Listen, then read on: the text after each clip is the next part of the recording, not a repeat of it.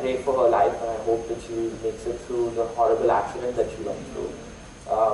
In addition to all of the horrible things that have been done to her. So, in the wake of that, I'm glad this is becoming more and more of a topic of discussion. I think in India, the first thing is, as someone earlier pointed out, we need to build social harmony, right? That will happen as people get more, as development reaches lower and lower, then down to the grassroots levels. I think there will be that sense of greater education among young people, especially men, to treat women in a particular way, to treat them with respect. In terms of internal security, I think the number of policemen per people, I think it's policemen per 1,000 people or whatever that number is. India's number is incredibly low. I think it's 140 for every 10,000 people, and I think that's amongst the lowest in the country, in the world, just because you have to remember again, India has 1.3 billion people and limited resources, right? We're not one of the richest countries in the world, and so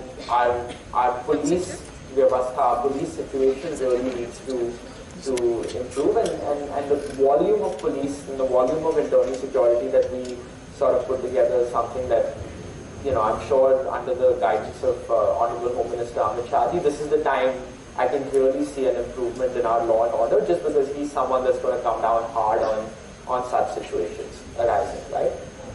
Thirdly, I think in terms of bystanders, I feel like some of these horrific incidents actually happen in open daylight, broad daylight, right? And bystanders feel afraid to intervene just because then they get involved in the police case or whatever that might be. But I think it's incredibly important for bystanders to play an important role of vigilance, civil vigilance. So, I mean, when we talk about, our own situations, I've seen at nightclubs and stuff, people being harassed and all of that, in broad daylight, and nobody doing anything about it. So I think it's every single one of our responsibility here. If you see something wrong, report it, talk about it, intervene first, obviously, and do your level best to make a difference before any police action can be taken or before anything else can happen. So I think bystanders have to play a much bigger role, and again, this will come down to the level of education that people have, and the knowledge that we have to treat women in a particular way,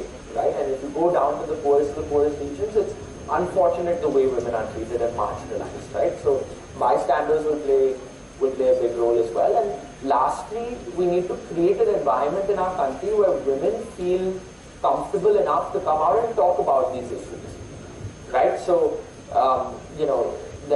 I can't tell you the number of horrific incidents that have happened against women where they felt uncomfortable to report it. Because then, as you've seen with the Unnao, and then cases like the Unnao case happened where everyone in the family is threatened, and there are all these horrific things happening. And so women have to feel safe and secure to come out and report wrong things that have happened to them, because only then will there be action that can be taken and some sort of way to scare men from doing such horrific things. Basically, everyone has to play the role of vigilance, create awareness, a social awakening of ethics, social